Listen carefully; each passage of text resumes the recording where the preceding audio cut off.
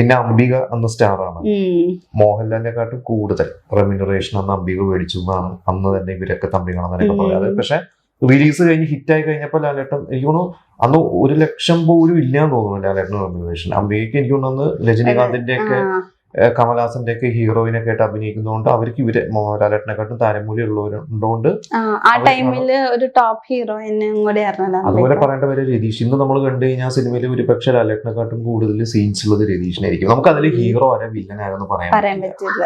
ഒരു കണക്കിന് നോക്കിയാൽ ലാലേട്ടന്റെ ക്യാരക്ടർ ഇച്ചിരി നെഗറ്റീവ് ഷെയ്ഡും കൂടെ ആയിരുന്നു.